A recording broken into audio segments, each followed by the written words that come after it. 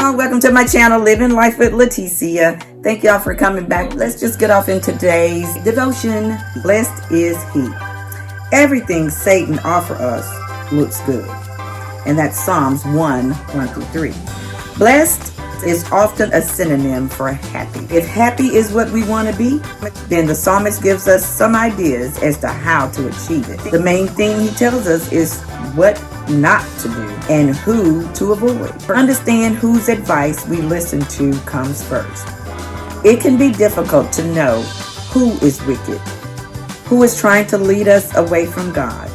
As we know, Satan will never come to us offering us something unpleasant. Everything Satan offers us looks good. What's in it for me is a question that isn't asked by the person putting God first. But it is often the way the wicked entice us to make our decisions. Scoffers, the naysayers in our company, are the ones who often question the very existence of God. Religion is considered bunk, and people who believe fools. Get what you can now. How do you know there's an afterlife? Do these people in our lives make us happy? Not me. I find my happiness with positive people who believe, as I do, in a loving, compassionate, and forgiving God. To be happy, we need to get our counsel from Scripture. Most people read the 10 Commandments and think they know them.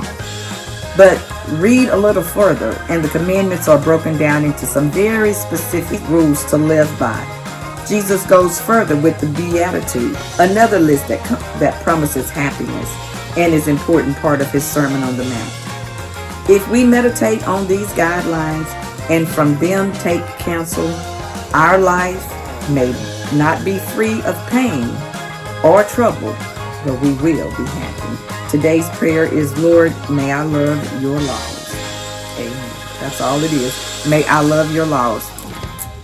Because, we need to get better. We need to do better. You do better because you know better. And so we're learning so we can know better. This little segment is to learn and to know what God has planned for us. But we read. And when we read, we learn. And when we learn, we retain. And when we retain, we start believing those things. And believing is where the faith comes in. So we know that faith comes by hearing and hearing from the word. So that's all I'm saying. Y'all know the preacher done already told y'all Sunday what we need to do. So y'all listen to the preacher. He up there to teach y'all something. Learn. It's time to learn. Stop going to church just to go to church, just to say you're going to church. Stop doing that. Stop doing that. Don't do that.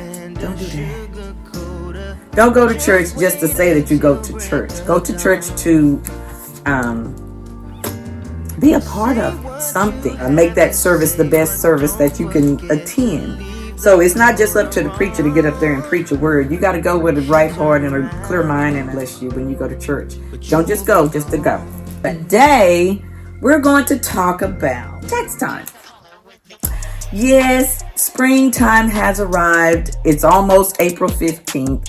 And if you haven't gotten your taxes done and you plan on getting them done before April 15th, I suggest you go ahead and start working on them. I have taken mine to the people. They have not called me and said they're ready, but I will be prepared to go pick them up. And hopefully I won't owe. And if I do, I'm going to cry to y'all. And I'm going to ask you for some money. So be ready. Anyway, be ready for the shakedown. Because tax time has arrived. So that means, first of all, we got to do our taxes. We got to worry about whether or not we owe or not. And I know this comes from lots of people because they have changed a lot of the tax laws. And tax time is not as joyful as it used to be back in the day. I remember back, I didn't even get that much money back. I was happy to get whatever back. Now, I'm happy to not have to give them anything else. But that never works. Tax time just means it's time to re-strategize. If you do owe this year or for last year, that means you need to change some of your deductions to find out, what am I really doing with my money? Now, when you retire, you will have to figure that out. And better sooner than later. How can I save here and how can I save there? One thing that we did, it's been a year now, we have turned off cable, like TV service. So no direct TV, no dish. We have we have Fire Sticks. So we can look at movies, we can watch HBO and all of those channels. We also have antennas, and every TV just hook up and you put it near a window. And we have pretty good look out of that. I do pay for Netflix and Prime. Admit that I do pay for some service. However, that service that I'm paying for, it's still within my budget. Paying about, I'd say $40. The other thing is whether or not you use your home phone or not. I know some people keep their home phone because they have their alarms hooked up to them. You can do wireless alarms. So there's all kinds of senior citizen discounts. Any discount helps. And the other thing that you have to be concerned with during this tax season is identity theft.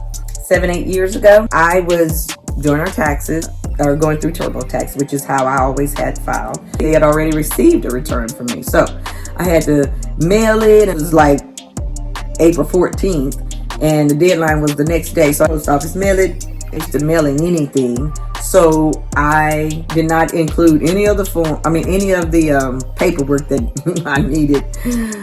But it caused a ripple effect, and audit came, and y'all know my tax problems. Haven't discussed it lately because I've been trying to wait and let IRS determine is there anything else that I should owe them or anything right now. But guys will be there when I do that. I guess whatever. Credit monitoring is one way to safeguard your identity. Remember, if it's 7 or 8 years ago, but it was the year that the IRS had their data breach. Once we realized what had happened, we had to do some paperwork and all of that stuff. So, of course, they wouldn't give us any information. If you have credit cards or if you have free credit monitoring, most of them do, and most of them will. I think I pay $15 extra for Discover. They have a credit monitoring. I also get it free now through Equifax, because it's some deal that they made through the IRS. Maybe the breach was with the IRS and Equifax. I don't know. Somebody gave my information to somebody that I did not give y'all permission to do. Now that's what I got a problem with. And then, not only once do they give your information away, they don't want to give you no information about you. You got to prove who you are. I had to go prove who I was. Did some other people have to prove who they were? I don't think so, because if they did, and were they us? I don't think so. They was not us.